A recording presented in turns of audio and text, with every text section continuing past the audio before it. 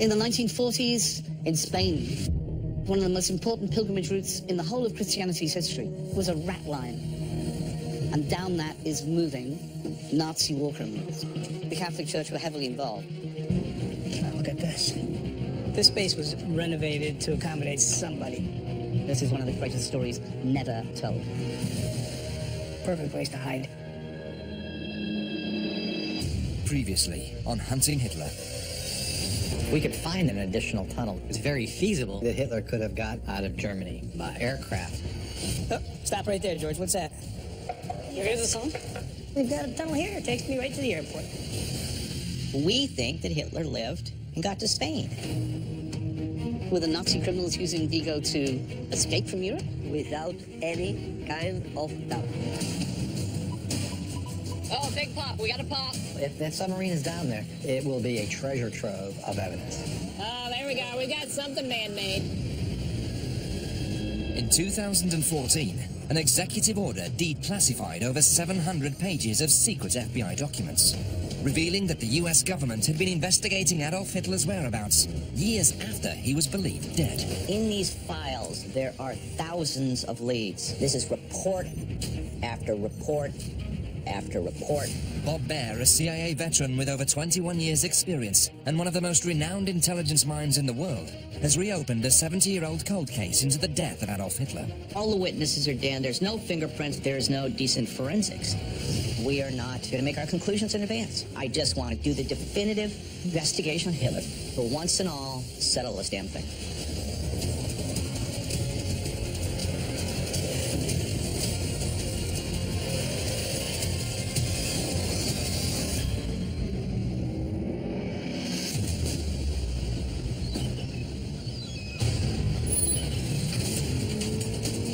In the waters of southern Argentina, Speed's good now. We're at 3 knots, speed over ground. Tim Kennedy, US Army Special Forces, and a team of renowned marine archaeologists are on the hunt for a sunken U-boat that may have been Hitler's escape vehicle to South America, as reported in a 1945 FBI file. Can you loop back and go back over that spot? After a 3-day search with state-of-the-art sonar, the team have located mysterious metal debris on the ocean floor. It's a solid straight line with at least one right angle in it. That's a good sized target. I think we got stuff for you guys to dive on. Yeah! Woo! That's absolutely a target. That's for sure a man-made object. Yeah, there's a man-made object. It's definitely hard. You can see the bright return, which is a lot different than the geologic background. Joe, do you have any idea what that is? Oh, man, it's hard to say. It was surrounded by so much other features that I think the only way to really know is to put eyes on it. We have a metal object in the water. We know it's man-made. We're excited. Now, we gotta get in the water and see what this is. What do we do? Well, we're getting towards the end of the day. Sunset's at 6:15, so I think we wrap it up now and regroup tomorrow morning and put some divers in to see what it actually is. All right. Tomorrow morning, we're gonna come back. We're gonna dive on it. We're gonna see what's there. And I think we're gonna find something. There we now. Thorough. They drop a buoy to mark the location of the underwater anomaly and will return tomorrow morning to search for what could be the final remains of a German U-boat. All right. A little excited. It was there. Nice job, guys.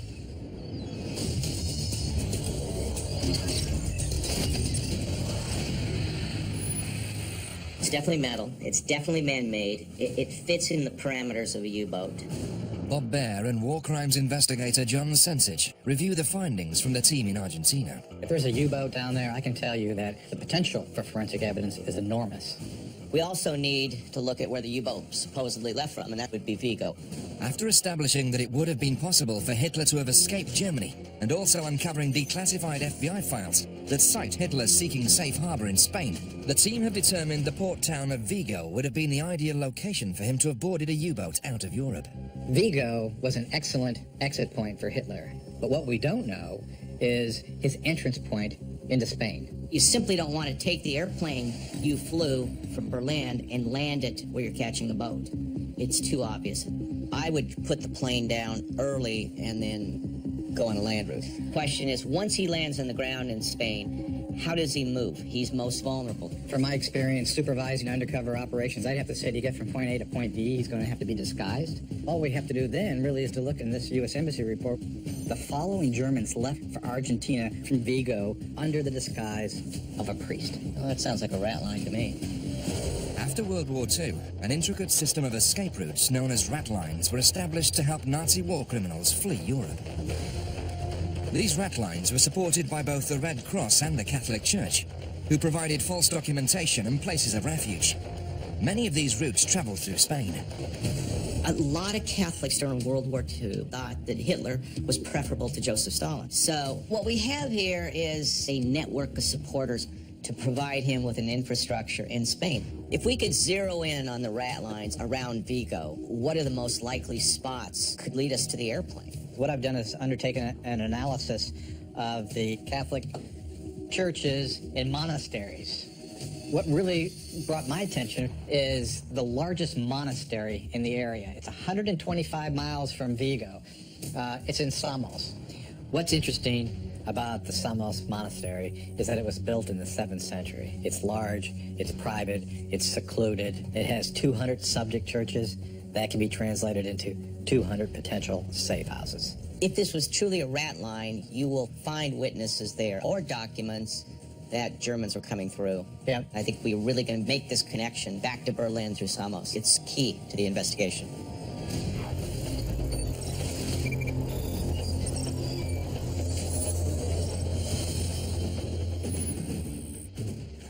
This must be it here. Look at the size of this place.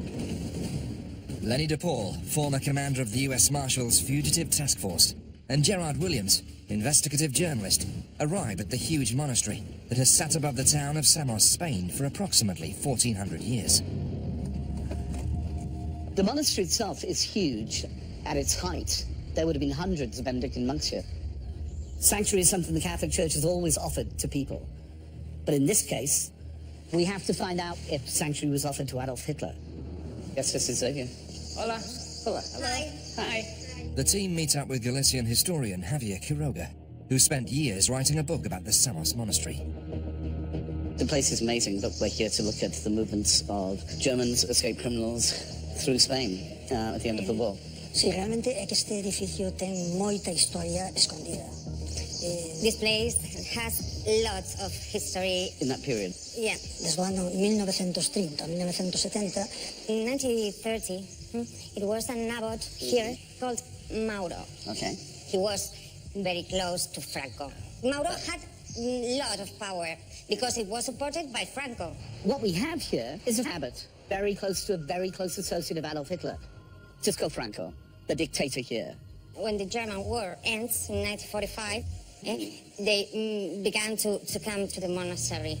Here in the monastery, there's a lot of German military dressed like monks. Eu teño lido esta expresión exactamente, es decir, incluso se falaba da ruta das ratas. He said that Germans come here in the monastery because it's the way to Vigo, the route of the rats. The Ruta del Strato. And they used to do false documents to give them a new identity. This isn't just a part of a rat line, the escape route for Nazis. This is a hub that connects the submarines to the city of Vigo. Next stop, South America. Also, he was talking with many monks of that time. period, yeah. Yeah. And a man who worked here when he was 18 years old, he said that he saw here with his eyes Hitler. Here? Yeah. Yeah. When? When was that? He said that the 1st of May of 1945. Hitler was here. He said so.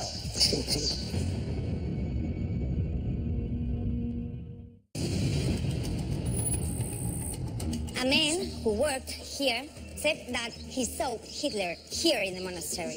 Hitler was here. He said so. Newly declassified FBI files stating that Hitler could have fled Germany and sought refuge in Spain have led the team to the Samos Monastery, where an eyewitness places Hitler less than a month after his alleged death.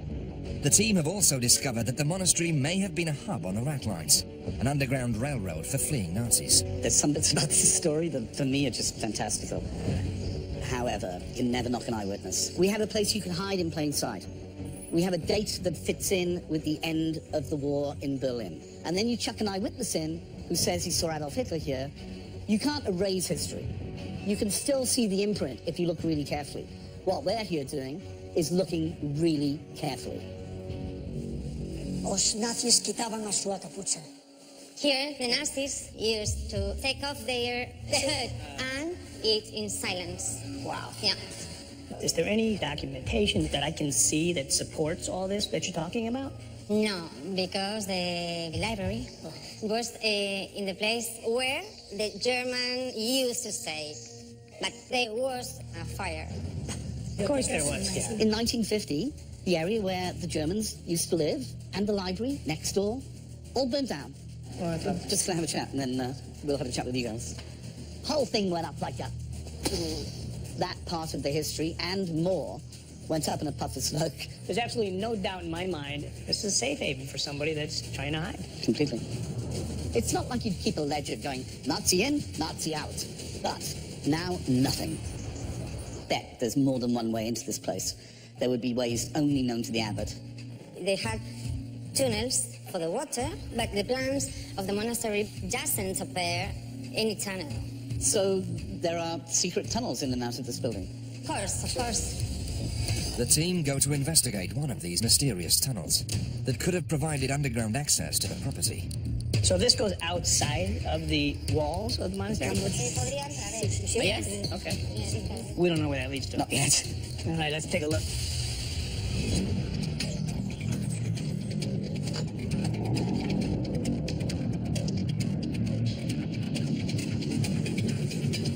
Going to be a tunnel, right? Got about 50 yards on the tunnel that was up top, and now there's a smaller one underneath it, which you had to crawl through. Yeah, this thing goes pretty far. Okay. Not much air in here, guys. This thing ends right here. It's bricked up.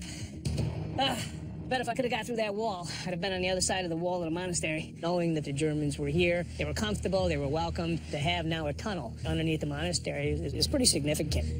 I want to find out where this tunnel ended up. What'd you find? There was a tunnel. Okay. I probably crawled 100 yards. Boom, brick wall. You can see where somebody had blocked it off. I had to have been on the other side of the monastery, on the other side of the wall. 100 yards to take. Easy.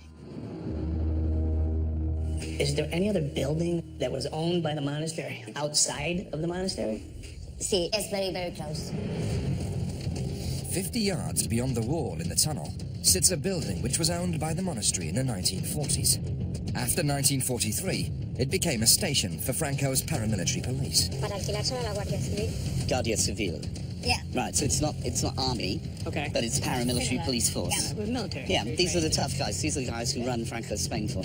Why would they man this place with paramilitary personnel outside of the monastery? You don't have to answer that question, because I believe I have the answer. It's a police station, but the Guardia Civil are far more than police. The Guardia Civil are men who owe allegiance to Franco. You really don't want to meet these guys. Oh, look at this. Holding cells. Yeah. There were cell blocks downstairs in the office space. So I was looking in the cell blocks, and every floor was cemented. Look at this.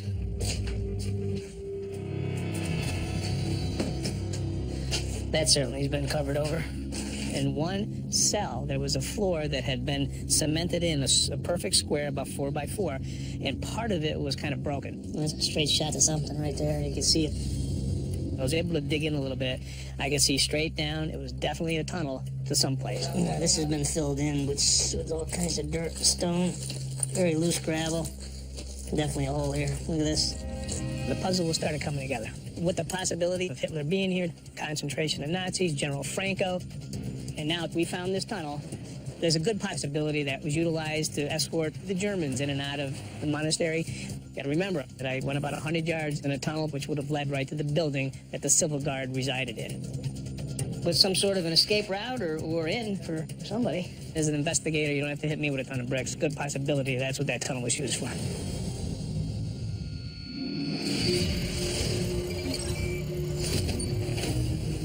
That should be all I need. So I'll swap out and put the Guardian onto this. In Argentina, Tim Kennedy and the marine archaeologists prepare for an open ocean dive to identify the mysterious metal objects detected on the ocean floor.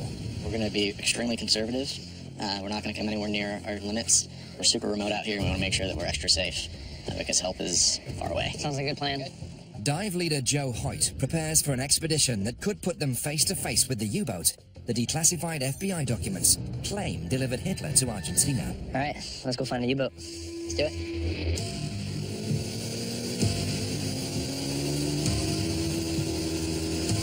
That's good. Obviously, the most important thing is to get a positive ID on what's down there. But let's actually get hands-on, 100% knowledge of what that is, and hopefully it's what we've been looking for, at least a clue to it. That moment right before you roll back into the water, that is the most exciting point, because you know that you're about to go see something that maybe nobody's ever seen before, and maybe something incredible.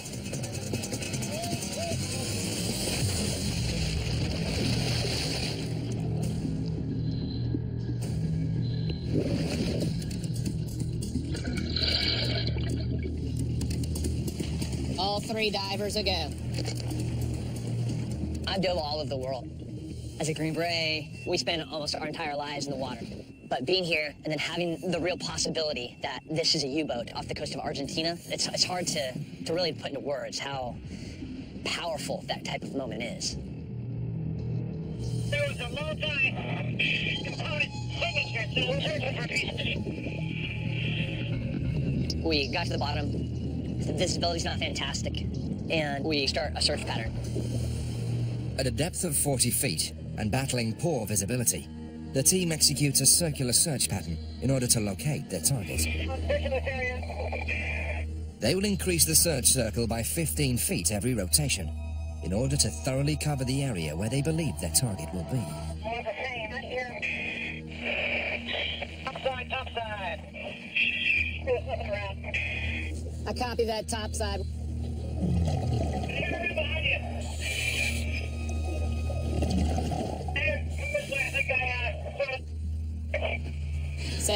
Say again, you came in broken. It looks like I see something. Here we go.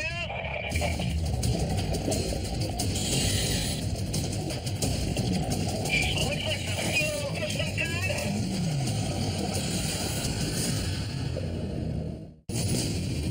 Off the Argentinian coast, the team's state-of-the-art sonar has come across a significant hit.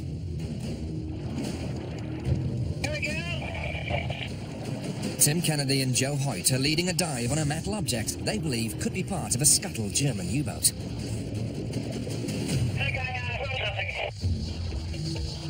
Looks like a steel I-beam of some kind. Roger, I copy. You've come across a steel I-beam. Yeah, it looks modern. Doesn't look like it's been out here very long. So definitely not U-boat wreckage. It's pretty clear right away what those objects were. Solid metal beams, on the ocean floor. It's just this big punch to the gut. What you have to do is keep executing until you find real evidence. Yeah, copy that. Let's go ahead and continue circle search. Let's see what else we find. After an extensive search of the sea floor, We just came across a couple more components here. Yeah, it's more the same. the team discover more steel beams, but no U-boat wreckage. Something else around. Come back up. You're hoping to see that gun off the deck of a U-boat. Pretty disappointing. Right now, we're stuck with modern trash.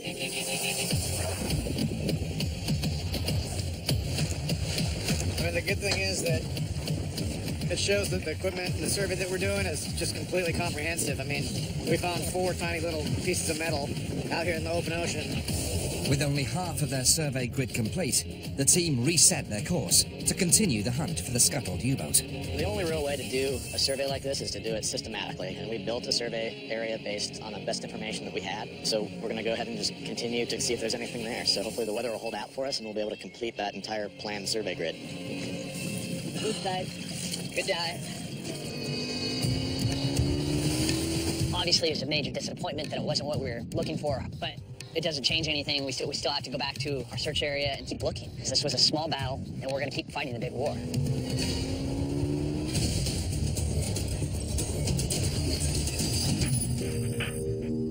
We pledged from the outset of this investigation that we would pursue any leads. It's a good lead.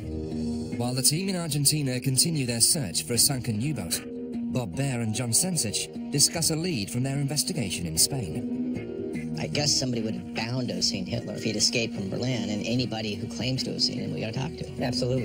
An eyewitness who claims to have seen Hitler in the Samos Monastery has agreed to speak with them via Skype. Why was he in a position to be able to see Hitler? I mean, that's really what it comes down to. Who is this person? How did he know the information? Did he actually see it? And why should we believe him? Hello.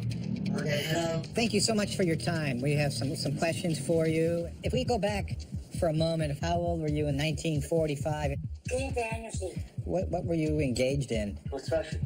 Okay, great. What I'd like to ask you, just in general terms, what you saw, if anything, related to Germans or Nazis in Spain.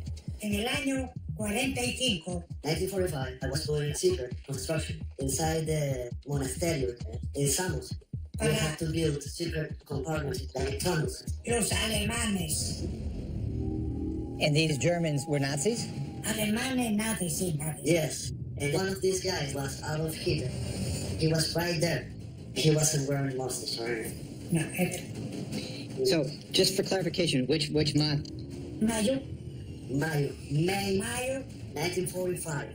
I realized it was really Hitler because of the airplane. Tell me about the airplane. Me fui a trabajar a otra parte. I went to another town. The first thing I saw in this new town was a German airplane.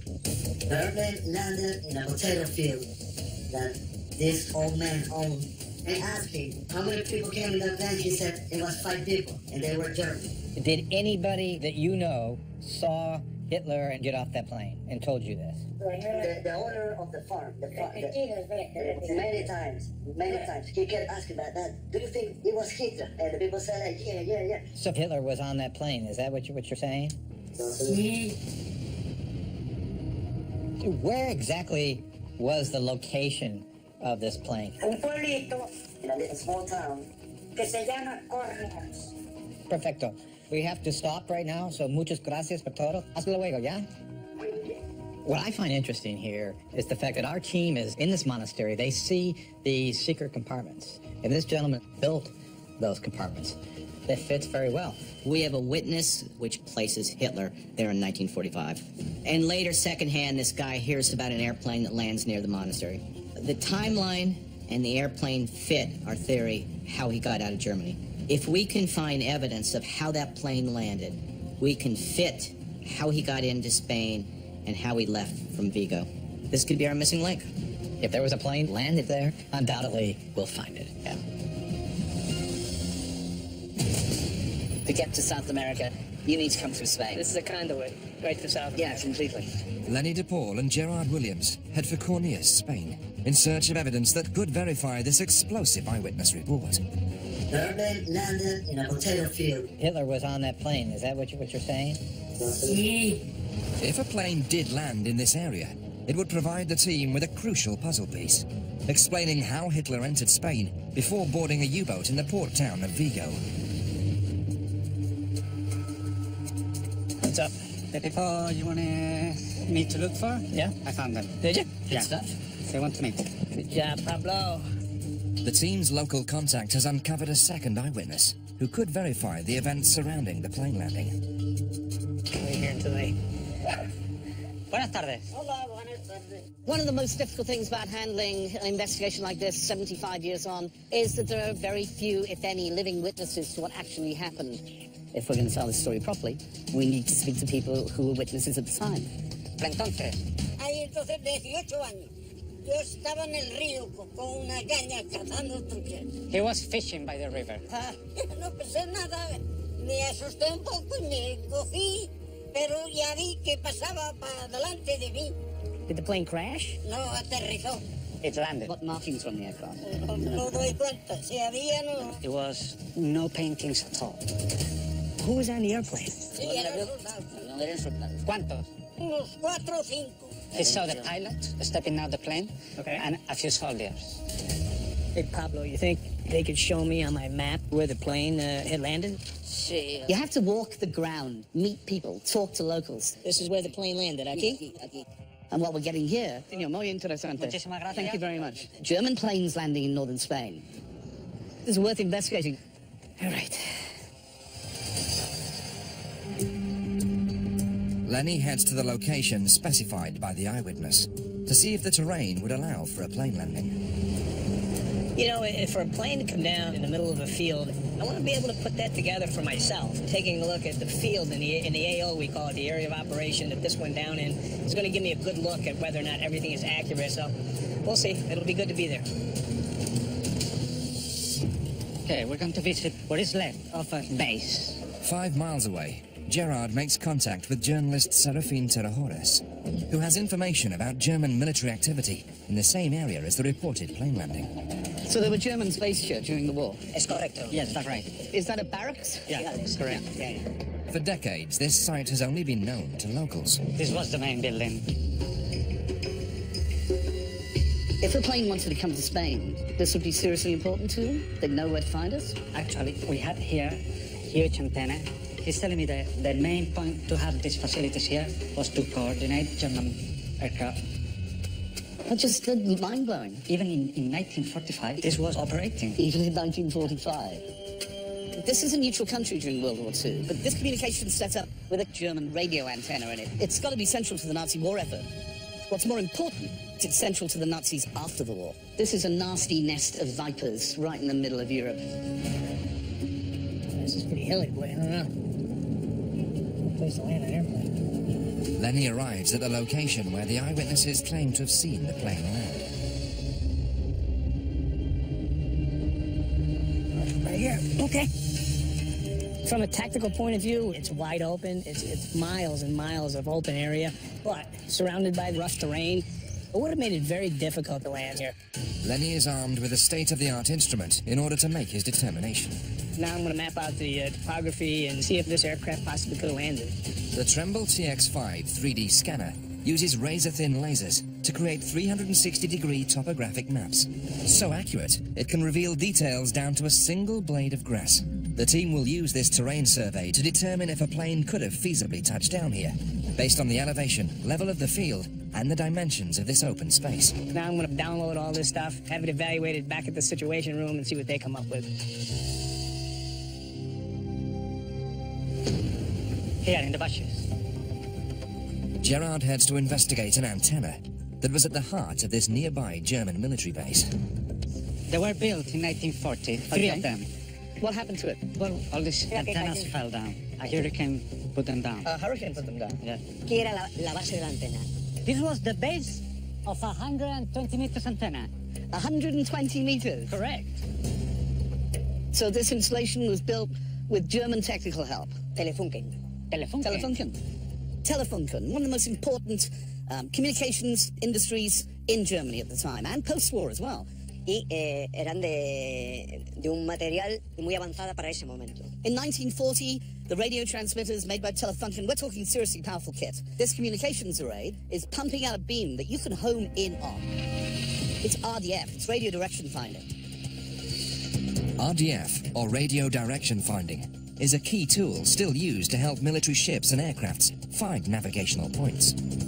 At ranges in the thousands of miles, these 3 advanced radio antennas allow for aircraft to triangulate their position, much like modern GPS. This technology would have been one of the only ways to facilitate the secret landing of an inbound aircraft in a remote potato field 5 miles away. So you're a German pilot who takes his bearings from this and the other 2 around here. You're flying in fog, you can line up on this damn thing and know exactly where you're going and where your target is. This is a lighthouse, it's a beacon.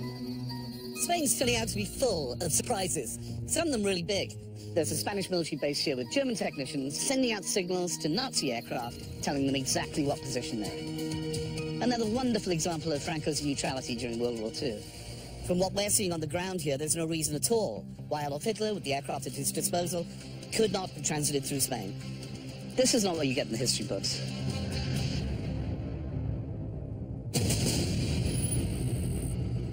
Okay, show me the scans that Lenny did. Bob Baer and John Sensich review the 3D laser scans from the field in Spain to determine whether Hitler's plane could have landed at the location alleged by 2 eyewitnesses. 8,052 feet, 1405 across. Condor takes about 6,000 feet to land. I've surveyed enough of these fields to tell you, even at a slope like that, it landed there. Of course, you got to be able to find the field in the middle of the night. The team has found approximately 5 miles from this location Nazi RDF equipment, or radio direction finder equipment, which certainly could have been used to aid in the landing of an aircraft. Well, yeah, you fly the airplane right down the signal. You take these witnesses, and they seem pretty fantastic. But once you go to the location they give, and right next to it is a radio base, a Nazi radio base, that adds an enormous amount of credibility to what they're saying. I feel really good about getting Hitler to Spain, landing him, getting him across Spain, getting a U-boat out. But what bothers me is this distance is 6,700 miles down to Argentina, and we know that the U-boats that did make that, people got off very sick. After the war, 2 German U-boats, U-530 and U-970, surrendered off the coast of Argentina. When these sailors disembarked from their long journey, they could barely stand due to malnutrition, dehydration, and breathing uncirculated air. We know that his physical condition was deteriorating. In general, his personal physician is providing a lot of detail that Hitler was in great pain. We look here, Hitler was suffering from asthma and ulcers. I mean, what are the chances he would take a U-boat ride from Vigo, Spain to Argentina? It's not some place you would like to spend a couple weeks underwater. U-boats were very small, confined space. These things were coffins. I would want to do this in stages if I had a choice. Let's say you split up the trip, how would you do it? There's really only one location. That's the Canary Islands. At the end of World War II, the Allies controlled almost every coastal country along the Atlantic Ocean, leaving the Spanish Canary Islands as the only territory friendly to Hitler. Years earlier, in 1940, Franco and Hitler had met in Hendaye, France, to discuss secret Nazi use of these strategic islands, although they officially remained neutral during the war, along with mainland Spain. It's perfectly logical. You put the guy on a U-boat here, take him 1,000 miles to the Canary Islands, you resupply the boat, take care of him. You could stay there a couple days until he's feeling better, and then move him again. So the question that needs to be answered is, could a U-boat have been resupplied in the Canary Islands, and could a high-value target like Adolf Hitler have used that location to recoup, to regroup, and then eventually make his way to South America? We need to get people out there right now, see if this is feasible. Next stop, Canary Islands.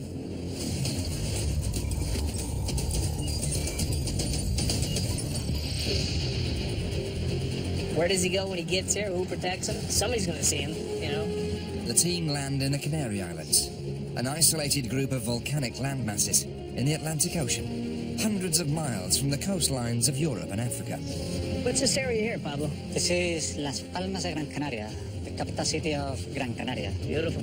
They will investigate whether Hitler could have used this highly strategic location as a pivotal point in his escape to the shores of Argentina. We know there were Nazi operations in mainland Spain. Are they going to be here too? We got to work your sources to death. We got to find out anybody that has any knowledge of what went on 70 years ago. You know, for the stuff we're looking for, it's not going to be in the official histories. If we can find somebody who's actually spot on in the 1940s, we're going to learn a lot. We've been looking for the footprints of Adolf Hitler coming down from Berlin all the way to Argentina. Today we get into one of the most important points in that whole journey out. This jump-off point is South America. This is key to the Nazi escape route. It's very much like seeing the top of a very big mountain. There is still a huge amount more to be discovered. Let's go. Let's go to work. Hurrah! This group of islands is strategically really important in World War II. Lenny de Paul and Gerard Williams have arrived in the Canary Islands to investigate whether Hitler could have used these remote Spanish islands as a stopping point in his U-boat escape to the shores of Argentina. Why don't you speak to him first, okay? Yeah. Through local contacts, they have tracked down a crucial lead. Hombre, Don Francisco. Back in the 1940s, Francisco Kampoff's family owned one of the island's largest German shipping businesses. His grandfather was the chief director of the Wehrmann House. Era ingeniero. Ingeniero naval. No, y también había ingenieros alemanes. ¿Y qué hacían aquí? Porque aquí pasaban barcos que venían con sopa. A batir el coche. Bueno, cuando venía un submarino averiado, quien iba a reparar eran ellos. So when a German U-boat arrived here, anything that needed to be fixed, they did it. Pero el torpedo lo cargaban aquí, en el barco, después lo llevaban fuera. Ese es el tema. Lo cargaban, lo sacaban de los túneles. He's telling me that they did not just repair the U-boats. Okay. They also supplied with food and guns and torpedoes. Apparently, there was in the island storage for torpedoes, some tunnels. Couldn't believe what he was saying. With respect to the U-boats, they were just popping up here in the harbor. General Franco's military wasn't even in the war, and they built tunnels that apparently torpedoes were stored there. So they were able to go inland and replenish, bring some food, get on board, and get back out of here. But ask you know, this is a big secret going on. Nobody knows about this. How did they communicate? Transmitía en clave. En la máquina Enigma. One second. One second. He mentioned a word, enigma. Enigma. Is he telling me there was an enigma machine? Aquí había una máquina Enigma. Unas cuantas. Enigma was seriously important. That was the Germans' almost impossible to break code. The Nazis would have used Enigma to get their information back to Nazi Germany and also to get orders, instructions from Nazi Germany. To find 4 of them here, they were planning on something huge. The team head to the tunnels, rumoured to have been an ammunition dump to supply Nazi submarines. Secret U-boat bases, a communications network. We need to go there. We need to find out exactly what we can. We're close. It could have been turned into an escape route for Adolf Hitler. So, Pablo, you spoke to Javier on the phone, right? Yes. He knows we're coming? Yeah, he should be waiting for us. Javier Duran, he was the first person to be able to explore these tunnels, to take a look at what was here, why it was here, and how it got here. Son 7,000 metros cuadrados de túneles. 7,000 meters of tunnels around here. And they have a natural ventilation and mechanic one. Okay. The mechanic one was used when trucks got in. Less than a mile from the sea, these tunnels would have been a short drive to potential U-boat landing points, while the surrounding hills would have provided camouflage for the tunnels themselves. You can drive trucks through them. Yeah. Sí. Los camiones entraban, tenían para la bajada de torpedos. That tunnel from there, that's the torpedo one. Can we take a look at ¿Podemos some visitar los túneles? Sí. These are entrances here, these 2? It's quite incredible.